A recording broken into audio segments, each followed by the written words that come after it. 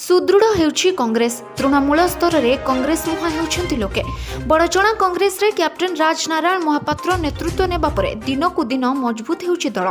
जदि एही भली राजनारायण कार्यक्रम जारी रुहे तेबे 2024 बड़चणा रे परिवर्तन हेबा किछि असंभव नुहे। सूचना थाउ कि बड़चणा निर्वाचन मंडलीर अच्युत बसंत पंचायतर गड़जित ठारे एक मिश्रण पर्व उत्सव अनुष्ठित होई जायछि।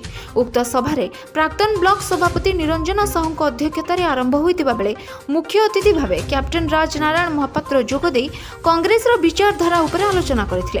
अन्यमानक मध्यरे सम्मानित अतिथि भावे वरिष्ठ कांग्रेस नेता दुष्मंत सामल, प्रदीप्त कुमार महांती, संतोष साहू जोग देथिले।